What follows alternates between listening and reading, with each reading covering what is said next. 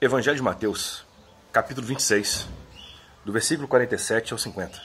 Está escrito assim: E estando ele ainda a falar, eis que veio Judas, um dos 12, e com ele grande multidão, com espadas e varapaus, vinda da parte dos principais sacerdotes e dos anciãos do povo. Ora, e o que o traía, lhes havia dado o sinal, dizendo: Aquele que eu beijar, esse é, prendei-o. E logo aproximando-se de Jesus, disse: Salve, Rabi! E o beijou. Jesus, porém, lhe disse: Amigo, a que vieste? Nisto, aproximando-se eles, lançaram mão de Jesus e o prenderam. E parafraseando esse texto, irmãos,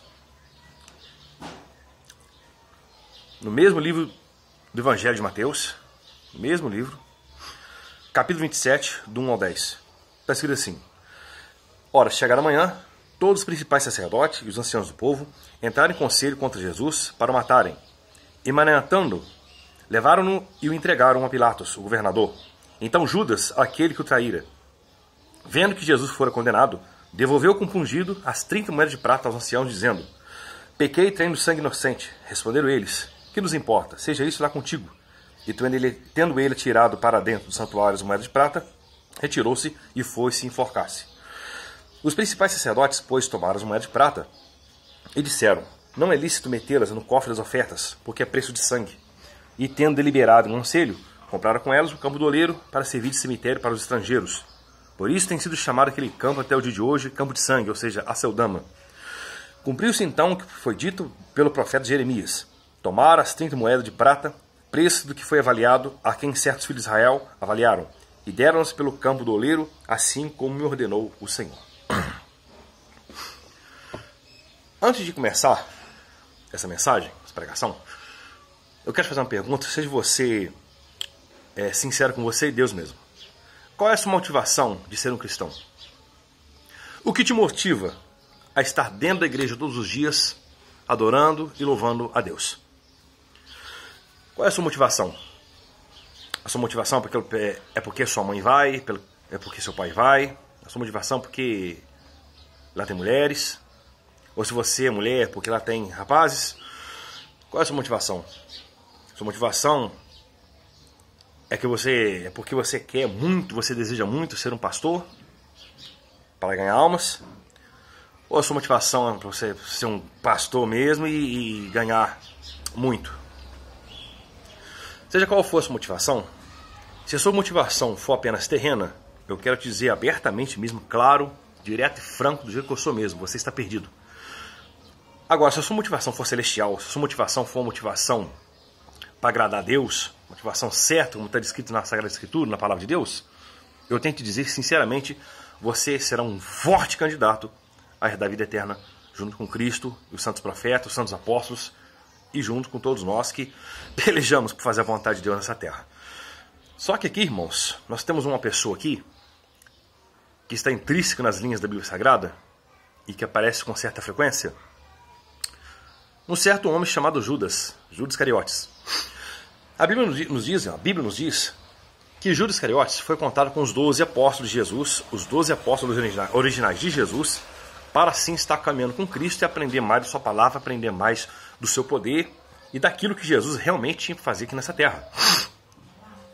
Só que houve um porém, irmãos, houve uma situação tão crítica na vida desse homem, que eu posso dizer o seguinte: o nosso Deus, Ele conhece tudo e a todos. Ele conhece todos. Ele conhece a mim, Ele conhece você, conhece a minha esposa, conhece todos. Conhece os meus filhos, conhece todos. Deus sabe muito bem, Deus conhece muito bem até onde você vai para fazer a obra dele. Deus sabe muito bem até onde você vai para fazer a vontade do Senhor. Deus sabe muito bem até onde você vai quando você enfrenta uma luta, uma batalha, uma guerra espiritual. Deus sabe muito bem das suas forças. Deus conhece muito bem a sua vontade, o seu querer. Deus conhece muito bem o seu amor, o amor que está no seu coração. Deus pesa o amor no coração das pessoas. Deus pesa a vontade, o querer das pessoas. Deus pesa a disposição. Deus pesa a atitude na vida das pessoas. Foi em cima disso que Deus escolheu a Davi, né? Deus, como está escrito na Bíblia Sagrada, no livro de Salmos, achei a Davi. Ora, se quem acha, porque está procurando, né? E quando a gente entra no Novo Testamento, nós vemos Jesus dizendo mesmo que o Pai procura os tais adoradores que o adorem em espírito e verdade. Então Jesus achou esses 12 discípulos. E Judas Iscariotes foi contado com os 12. Só que os 11, irmãos, deliberaram em si, nos seus corações, então somente fazer a vontade de Deus. Então somente fazer a vontade do Eterno. Isso foi lindo, foi maravilhoso. No final das contas, todos fizeram a vontade de Deus, todos evangelizaram a beça. Pedro foi líder espiritual de Jerusalém. E os outros apóstolos, quando teve aquelas várias perseguições, tiveram que fugir. E a fuga deles, né, contribuiu para o evangelho crescesse mais e mais. Então, quer dizer, automaticamente, né, a perseguição, o próprio diabo, a perseguição estava fazendo com que colaborasse mais com a obra de Deus. A obra de Deus cresceu em cima da perseguição mesmo. Como nós até hoje somos perseguidos, não como antigamente, porque antigamente os irmãos eram perseguidos, né, de forma cruel, truculenta. Hoje não, nós somos perseguidos através da mídia, através de pessoas que estão dentro da própria igreja, que infelizmente não são ovelhas como nós, né? São lobos devoradores procurando a quem possa tragar. Eu falo dessa forma já de uma vez. Só que Judas Iscariotes era um tipo de sujeito que, quando você pegar a Bíblia Sagrada nas suas linhas, nos seus respectivos versículos, você não vai ver Judas discutindo com ninguém. Você não vai ver Judas brigando com ninguém. Você vai ver Judas, sim, no começo, fazendo a obra de Deus. Ele, no começo, irmãos, até que fez a obra de Deus. Ele expulsou demônios, né? Ele participou da multiplicação de pães e peixes com Jesus Cristo, junto com os outros discípulos. Ele fez curas em nome de Jesus. Ele saiu de 2 em 2. Ele mais um, fazendo a obra de Deus em várias aldeias, né, como Jesus tinha ordenado. Ele estava junto com 70 discípulos, que Jesus mais tarde escolheu também, aqueles 70 que tinham se desviado depois de um discurso que eles acharam muito duro de Jesus, e ficaram só os 12 originais.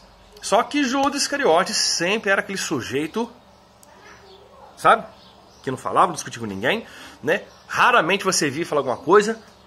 Então, somente para te ser sincero, eu só conheço uma palavra só que Judas exclamou com grande veemência num acontecimento que aconteceu. Jesus estava na casa de um homem chamado, se não me engano, Simão leproso, se não me engano, e veio uma mulher por detrás de Jesus, chorando, quebrou um vaso de nardo puro de alabastro, derramou nos pés de Jesus e começou a enxugar com seus cabelos. Então Judas Iscariotes se manifestou e disse o seguinte: olha que desperdício. Porventura não pode pegar esse dinheiro, porventura não pode pegar esse vaso de perfume e vender e dar aos pobres? A Bíblia fala lá embaixo. Não porque ele tinha problema, não que ele tinha preocupação com os pobres, mas porque era ladrão e salteador. E vira e mexe, ele pegava, lançava a mão das moedas, lançava a mão das ofertas que ali eram postas e roubava. A Bíblia Sagrada que falava literalmente que ele era ladrão e salteador. Em cima disso, em vista disso, o que nós podemos resumir aqui? O diabo, irmãos, o nosso adversário, Satanás, ele trabalha em cima de oportunidades, em cima de chances que é dada para ele. O diabo, vendo isso, vendo essa fraqueza de Judas Iscariotes, né? Diz a Bíblia Sagrada que lá em Lucas, a Bíblia Sagrada nos diz que o próprio Satanás entrou em Judas Iscariotes. Agora você vai saber o porquê daqui a pouco. A Bíblia Sagrada fala lá em Lucas, no Evangelho, só no Evangelho de Lucas, fala que Satanás entrou dentro de Judas Iscariotes. Não foi nenhum demônio filezento, não foi nenhum demônio grande, não. Foi o próprio Satanás, o próprio chefe dos demônios, entrou dentro de Judas Iscariotes para fazer a obra que ele queria. E voltando ao assunto, você não vai ver Judas Iscariotes discutindo com ninguém, falando com ninguém, brigando com ninguém, e nem tampouco se manifestando. Era um sujeito pensativo, era um sujeito frio e calculista.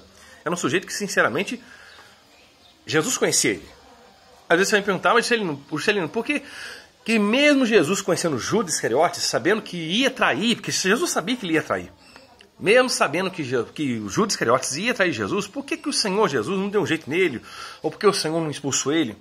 Simplesmente pelo fato que Jesus é amor, o nosso Deus é amor. E o nosso Deus dá oportunidade até para o pior ser humano da raça humana, da espécie. Vocês estão entendendo a situação? Às vezes na sua rua aí, na sua casa, no seu país, onde você está vendo essa mensagem, no seu estado, na sua cidade, onde você está vendo essa mensagem, você vai, na hora, com certeza, na mesma hora você vai lembrar de uma pessoa, a pior pessoa que você acha terrível. Aquele coleguinha de escola que te perturbava, que até hoje te perturba. Aquele sujeito dentro do seu serviço, né, que tem inveja de você, que detesta você, que já tentou puxar seu tapete várias vezes, ou que até puxou o seu tapete, ou que às vezes fez alguma coisa, ou pessoas da própria igreja que te perseguem, que isso é uma grande vergonha. Essas pessoas vão pagar um preço muito caro, são joio, que está plantado dentro da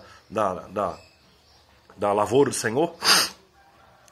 E nós podemos perceber, irmãos, olha só a situação, que o nosso Deus é um Deus de amor.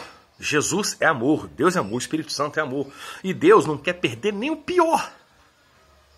Então o que me acontece? A Bíblia Sagrada fala, irmãos, que no decorrer do tempo, faltando 2 dias para Jesus ser crucificado e ser morto pela mão dos malfeitores e pecadores, a Bíblia nos diz, irmãos, a Bíblia Sagrada nos diz que os sacerdotes, os rabinos daquela época, os sacerdotes, os principais sacerdotes, os saduceus e os capitães da guarda pretoriana formaram conselho entre si de como iam prender Jesus. E eles não tinham como, porque o povo amava Jesus, o povo idolatrava Jesus, o povo tinha Jesus como profeta. E o que acontece? Vendo Satanás a brecha que tinha em Judas Iscariotes, Judas chega lá no conselho, invade o pátio do conselho do Sinédrio, levanta o dedinho dele, levanta a mão dele e diz o seguinte, ó, eu sei onde Jesus o Nazareno está. Porque nessa época, irmãos, Jesus estava evitando as pessoas, evitando a multidão. Porque ele tinha que concentrar na missão que ele tinha que fazer. Ele tinha que concentrar na missão que tinha que fazer. Quando você pegar a Bíblia Sagrada lá já quase no final dos Evangelhos, você vai ver se Jesus se distanciando das pessoas, Jesus já se distanciando já das festas, já não queria mais se envolver publicamente com as pessoas, porque ele tinha que concentrar na missão que ele tinha para fazer aqui na Terra. Porque ele nos ama. Ele sabia muito bem que esse sacrifício vicário, ou seja, o sacrifício substituto, ia servir para toda a raça humana. O sangue de Jesus é tão precioso, é tão maravilhoso, é tão lindo, é tão puro, que ele serviu, o sacrifício vicário de Jesus Cristo serviu para nos perdoar e nos salvar, e salvar toda a raça humana.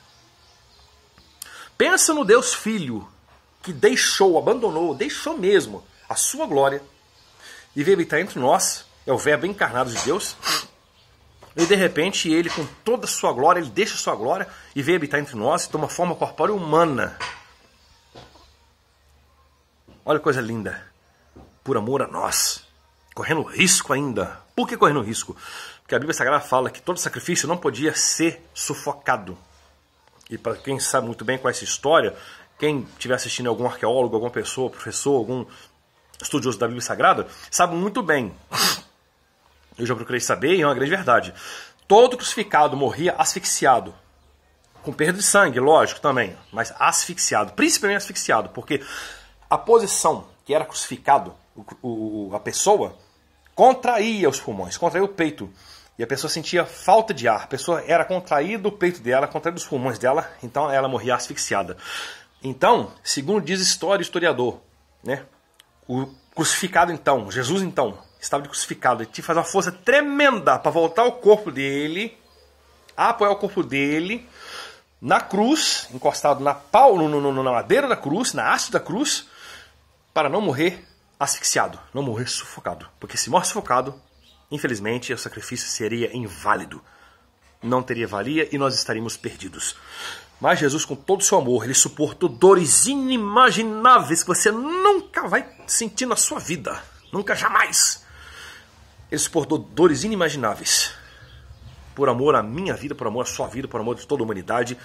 Ele morreu, ressuscitou e hoje está sentado à glória de Deus Pai. E hoje é o nosso Deus maravilhoso que intercede por nós e nos ajuda dia após dia, nos fortalece e me enviou aqui para estar falando com você essa verdade.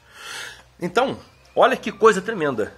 Judas Iscariotes tinha o privilégio, que não é brincadeira não, um privilégio maravilhoso. O privilégio que Judas tinha. Um privilégio tremendo, irmãos. Imagina só o que é você andar com Jesus, Filho de Deus Altíssimo. Imagina só o que é você tocar na palavra da vida, você falar com Jesus, tocar em Jesus, abraçar Jesus, você tinha Jesus, você sentiu o cheiro dele, você viu os olhos dele, você via a boca dele se mexendo para glorificar o próprio Deus, que ele mesmo não se colocava como Deus, mas se colocava como servo. Eu acho isso lindo. E uma humildade tremenda, uma simplicidade tremenda, né? Um amor de pessoa, o amor da pessoa, né? E Judas Iscariotes perdeu essa chance tão maravilhosa. Entregou Jesus. No dia do Getsemane, quando acabaram de ceiar, foram para o Getsemane, Jesus deixou os outros discípulos lá embaixo e subiu com apenas 3, Pedro, Tiago e João, e foram orar à parte. Porque aqueles 3 ali, essa simples atitude de Jesus me fala comigo fala para nós e fala comigo o seguinte: os únicos 3 que estavam mais preparados para ouvir aquelas certas verdades era Pedro, Tiago e João. Os outros não tinham essa intimidade, os outros não tinham esse coração compungido de ouvir certas verdades. Poderiam se desesperarem, poderiam, né, ficarem loucos, poderiam sofrer retaliações que nem eles mesmos iriam aguentar. Deus sabe muito bem a quem Ele confia os seus propósitos. Deus sabe muito bem a quem Ele manifesta os seus propósitos, a quem Ele faz a sua vontade na vida da pessoa. Ele conhece muito bem o meu e o seu coração. Então diz a Bíblia Sagrada, irmãos, diz a Bíblia Sagrada, a palavra de Deus, que no jardim de Getsêmani, quando Jesus acaba de orar, Jesus se levanta e vem toda a guarda pretoriana, vem os saduceus, vem os escribas, vem os principais sacerdotes, e toda aquela manada de gente ali ímpia chega e conversa com Judas. Judas, aqui está 30 moedas de prata. Qual é o sinal que você vai nos dar? Porque a gente não conhece tal Jesus. Porque Jesus, irmãos, como a gente lê a Bíblia Sagrada, quando Jesus estava no meio de seus discípulos, ninguém sabia que era quem, porque Jesus era exatamente igual aos outros discípulos. Exatamente igual. Jesus não é porque era Deus, filho de Deus Altíssimo, que ele era diferente, que ele portava coroa de ouro na cabeça, não. Jesus era a mesma coisa que qualquer outra pessoa comum. A Bíblia Sagrada fala que Jesus era como nós, pessoa comum como nós, um ser humano comum como nós. Só que ele era 100% homem e também 100% Deus. Com toda a sua divindade maravilhosa. Só que ele estava sujeito a essa carne aqui. Ele sentia fome, sentia sede, sentia dores, sentia angústia, sentia tristeza. Entendeu? Jesus passou raiva, Jesus ficou irado. Jesus ficou irado. Lembra lá no templo, quando Jesus teceu e fez um chicote e começou a mandar chicotada para tudo quanto é lado e derrubar a mesa dos cambistas e daqueles vendilhões que vendiam touros, vendiam ovelhas, vendiam pombos, rolas, vendiam toda aquela bicharada para sacrifício? Então, como diz a Bíblia Sagrada, o zelo da sua casa me devorou. Então Jesus era como nós. Jesus era a mesma coisa como nós. Mesma coisa. Era um ser humano comum. Só que Judas falou assim: tudo bem, aqui está a moeda de prata, 30 moedas de prata. Aquele que dá um beijo e saudar ele, esse que é Jesus. Vá e prende ele. E a Bíblia nos diz, irmãos, que Judas saiu no meio da guarda pretoriana. Eu imagino os discípulos olhando, não entendendo nada. E olha que Jesus tinha dito isso há 2 dias atrás, hein? Então, veio Jesus por detrás de todo mundo. Pegou Jesus e deu um beijo e disse: saúda-te, Rabi. E Jesus, com um olho de misericórdia, um olho de amor. Eu imagino eu. A Bíblia não diz, mas imagino eu. Isso é uma coisa que eu imagino. Jesus pega no braço de Judas e fala: amigo, aqui vieste. Judas, irmãos, tinha tudo para naquela hora largar a mão daquelas 30 moedas de prata, abraçar Jesus e pedir perdão ao Senhor. Porque com traição ou traição, com traição ou sem traição, ia ter o sacrifício. Com Pedro negando Jesus ou não, ia ter o sacrifício. Com guarda pretoriano ou não, Jesus tinha que morrer para nos perdoar nossos pecados e nos salvar. Entendeu? Com qualquer coisa que Jesus passou, com toda perseguição ou não, tinha que ter o sacrifício. Haveria de ter o sacrifício. Só que Judas não entendeu isso. Judas tinha tudo para pedir perdão ao Senhor naquela hora, pedir perdão com lágrimas amargas. Porque Pedro tinha negado Jesus, chorou amargamente, se arrependeu amargamente. E lá depois de Cristo ressuscitado, você vai ver Jesus andando com ele na praia, e conversando com ele, e com João. Quando Jesus de repente aparece ali, na praia, chama eles, Pedro estava nu, cingiu-se com a túnica, correu, sabia que era o Senhor, e quando chegou tinha pão e peixe na brasa, assados. E Jesus convida eles para jantar. E para ter um particular com Pedro. E também um particular com João. Mas principalmente Pedro. Então Judas chegou e beijou Jesus. E Jesus põe a mão no braço de Judas Iscariotes, imagino eu. E Jesus disse: amigo, aqui vieste. Judas se retira. Vem toda a guarda pretoriana e prende Jesus. Nessa mesma hora, Pedro, tomando de uma raiva possessa por grande amor que ele tinha por Jesus, mas era cabeçudo, desenvolveu a sua espada. Isso me dá a entender que Pedro andava armado, tá?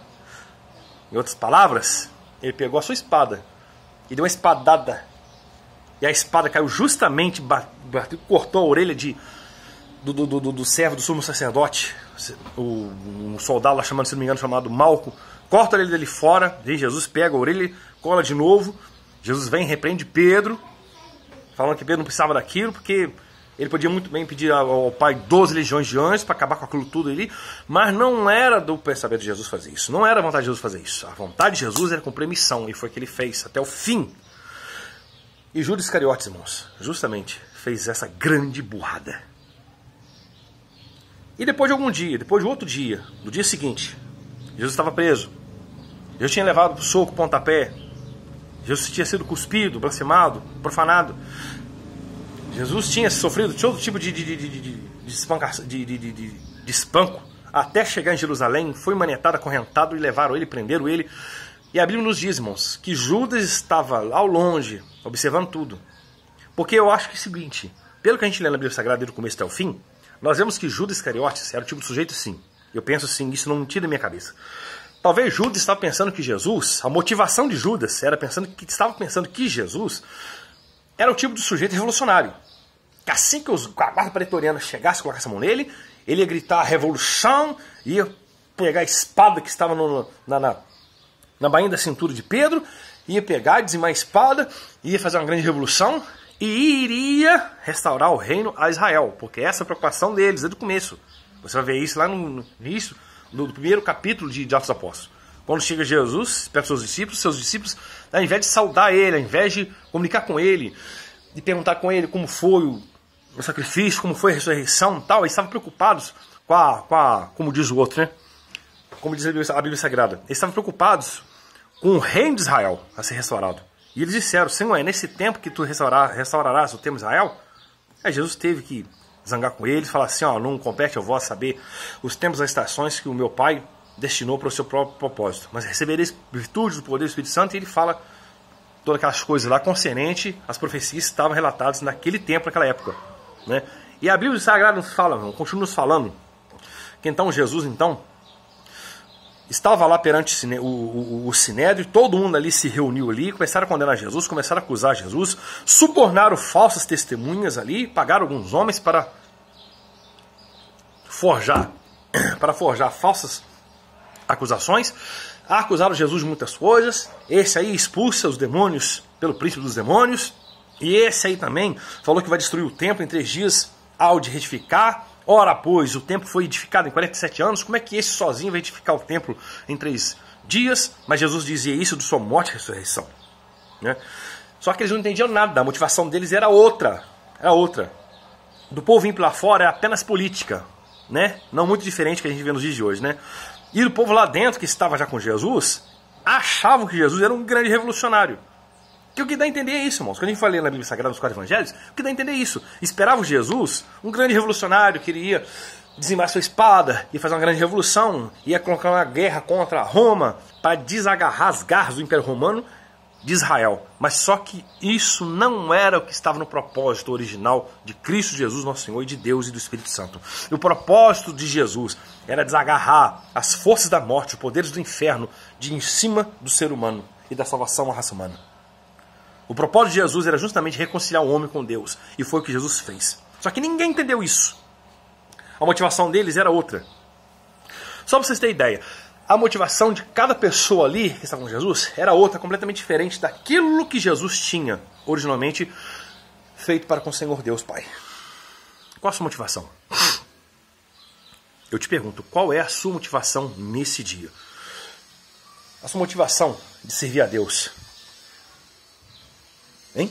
Qual é a sua motivação? Seja sincero com você mesmo. A minha motivação, sei, é agradar a Deus. É fazer justamente a vontade de Deus. Esses tempos difíceis que nós estamos vivendo, tempos de epidemia, tempos de Covid-19, de coronavírus, qual é a sua motivação quando tudo isso acabar? Quando essa praga maldita for embora? E aí? Qual é a sua motivação? Continuar servindo a Deus? Ou continuar na mentira que você está vivendo? Porque Deus conhece seu coração. Deus conhece seu coração. Deus conhece meu coração. E aí? Judas Iscariotes, então, irmãos, estava observando tudo. Todo o Sinédrio estava reunido, acusando Jesus. De repente, jogaram Jesus para Herodes, de Herodes para Pilatos, de Anás para Caifás, de Caifás para Anás, de Caifás para Herodes, de Herodes para Pilatos. Fizeram de Jesus uma bolinha de ping-pong, ninguém estava entendendo nada. E a sorte caiu, por último, para Pilatos. Pilatos então bateu o martelo, condenou Jesus, porque o povo clamava para crucificar Jesus. Os escribas, os fariseus, os saduceus, todos ali estavam determinados a crucificar Jesus. E clamando com grande voz, soltaram Barrabás, porque o povo, Pilatos ainda queria livrar o lombo de Jesus ainda. Apresentaram Jesus ali, apresentaram Barrabás. E o povo escolheu um assassino, escolheu Barrabás, livraram Barrabás. A história nos conta, não a Bíblia, a história nos conta, nos historiadores, que Barrabás, então, sabendo desse propósito de Jesus, compreendeu e fez se converter também. E eu glorifico muito a Deus por isso, pelo que a gente já leu, pelo que a gente já ouviu de muitos estudiosos, de pessoas que estudam muito a Bíblia Sagrada, e até de coisas que eu já li também, até no manual bíblico. E foi aquela coisa tremenda. Só que Judas Iscariotes, quando viu que Pilatos bateu o martelo, condenando Jesus e lavando suas mãos, o sangue deste homem seja sobre vocês e vossos filhos. E aí? O sangue desse justo. E o povo repetiu a mesma coisa. O sangue dele cai sobre nós, nossos filhos. E aí? Sabe o que aconteceu? Judas Iscariotes, que a motivação dele, ao invés de ser uma motivação da mente de Cristo, foi uma motivação egoísta. A motivação de Judas foi uma motivação egoísta. Uma motivação completamente egocêntrica. Egoísta. Foi uma motivação disso aqui, ó. Achando que iria ser um soldado revolucionário também. Porque quando a gente lê a Bíblia Sagrada, como eu te disse antes, quando a gente lê a Bíblia Sagrada, dá essa impressão que eles queriam que Jesus fosse um revolucionário, um grande general, um grande tirano, um grande imperador. Queria arrebentar as garras do Império Romano contra Israel, de Israel, e libertar Israel e restaurar o reino de Israel. Mas não foi nada disso que Jesus fez aqui na terra. Judas, então, ouvindo então que Jesus foi condenado, atirou as moedas de prata lá para dentro do santuário. E veio, imagino eu, de joelhos, chorando, trêmulo, desesperado. Pequei, traindo sangue inocente. O que eu vou fazer agora? E os saduceus vieram para ele e disseram: isso aí, problema é seu. Vai contigo, toma o seu dinheirinho, toma a sua recompensa e vai embora. Não fez mais que obrigação. E Judas, irmãos, então pegou aquelas moedas de prata e jogou lá contra o santuário. Contra eles. E foi-se, pegou uma corda, saiu lá para fora de Jerusalém e foi se enforcar. E diz a Bíblia Sagrada, a Carta Magna, a Bíblia Sagrada, que Judas foi se enforcar. Está nos Evangelhos, mas no Atos dos Apóstolos diz que Judas, quando se enforcou, diz a Bíblia Sagrada, que parece que a corda não aguentou. E ele caiu de despenhadeira abaixo. E caiu contra as pedras, contra as rochas. E todas as suas entranhas se derramaram. Judas se despedaçou quando ele pulou para se enforcar.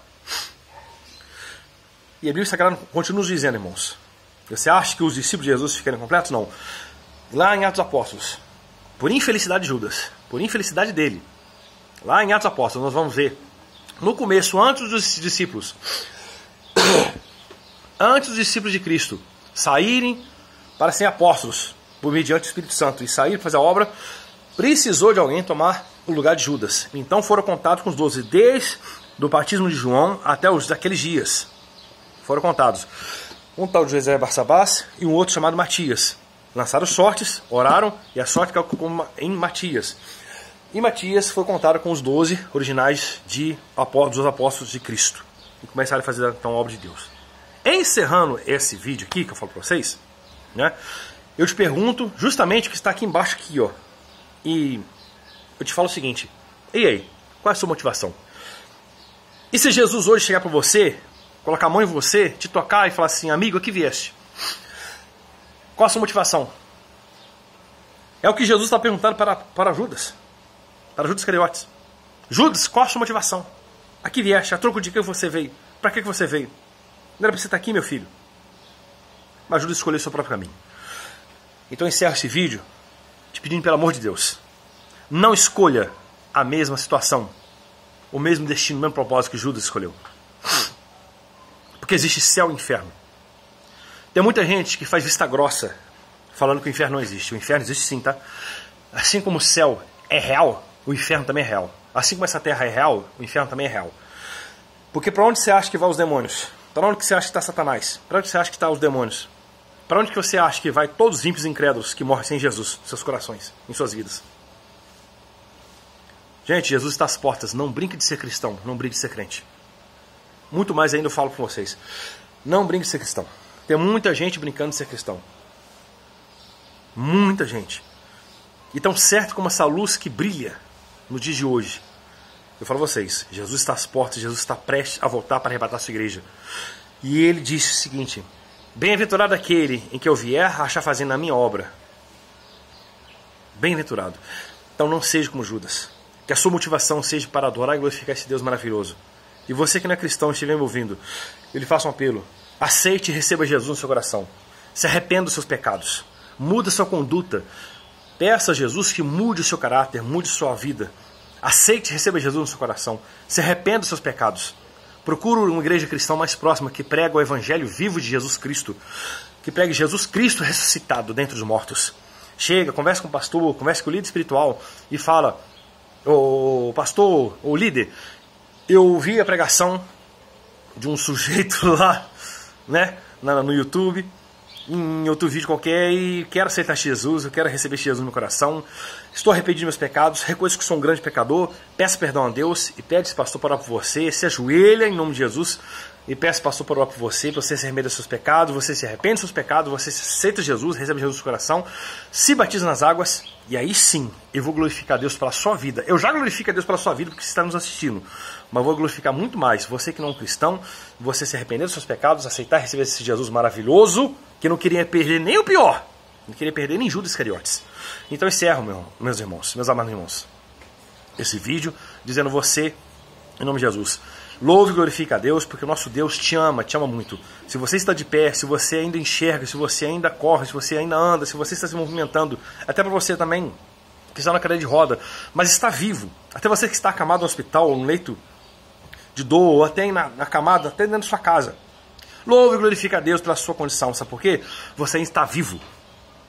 Com toda a sua doença, com toda a sua enfermidade, com toda a sua paralisia, com toda a sua deficiência, não importa. Louve e glorifique a Deus, porque você ainda vive, você ainda está vivo. Porque a Bíblia Sagrada fala que enquanto a vida, há esperança. Então, louve e glorifique a Deus, porque Jesus te ama muito e Ele não quer perder você. Assim como Ele não quis perder eu, que não fosse misericórdia de Deus, eu ia ser um bruxo.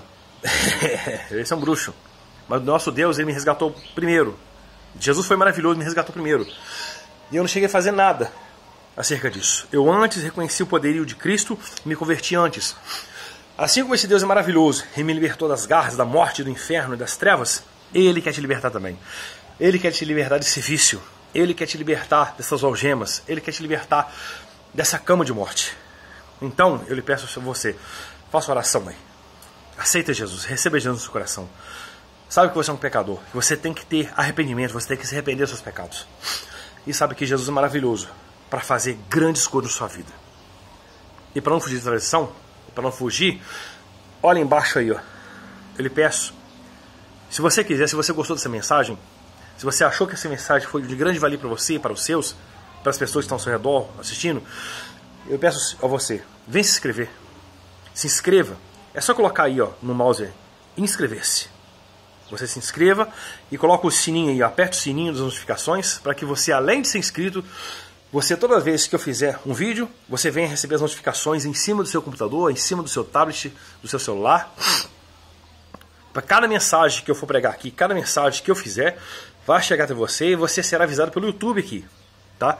Que o Juscelino Marinho, que o diácono Juscelino Marinho está pregando, está enviando uma mensagem para você, e você assista e louve e glorifique a Deus, assista até o fim, para que Deus, em nome de Jesus Cristo, possa abençoar a sua vida. E eu tenho certeza que o nosso Deus, Ele é maravilhoso, e então sempre e terá sempre a palavra para falar aos nossos corações. Porque eu volto a dizer, irmãos, a Bíblia Sagrada é a boca de Deus para os nossos dias de hoje. Eu louvo e glorifico a Deus, porque no passado Deus se manifestava de várias maneiras. Hoje Ele se manifesta pelos seus pregadores, através da sua palavra, em nome de Jesus. Que Deus possa abençoar a sua vida, em nome de Jesus Cristo. Eu te agradeço pela sua paciência de estar nos ouvindo, porque eu não sou ninguém, não sou nada, nós não somos nada nem ninguém, somos apenas pequeninos vasos de barro, meus irmãos, prontos para servir a Deus e louvar e glorificar esse Deus que é digno e maravilhoso de toda aceitação, e louvado seja Deus. Amém.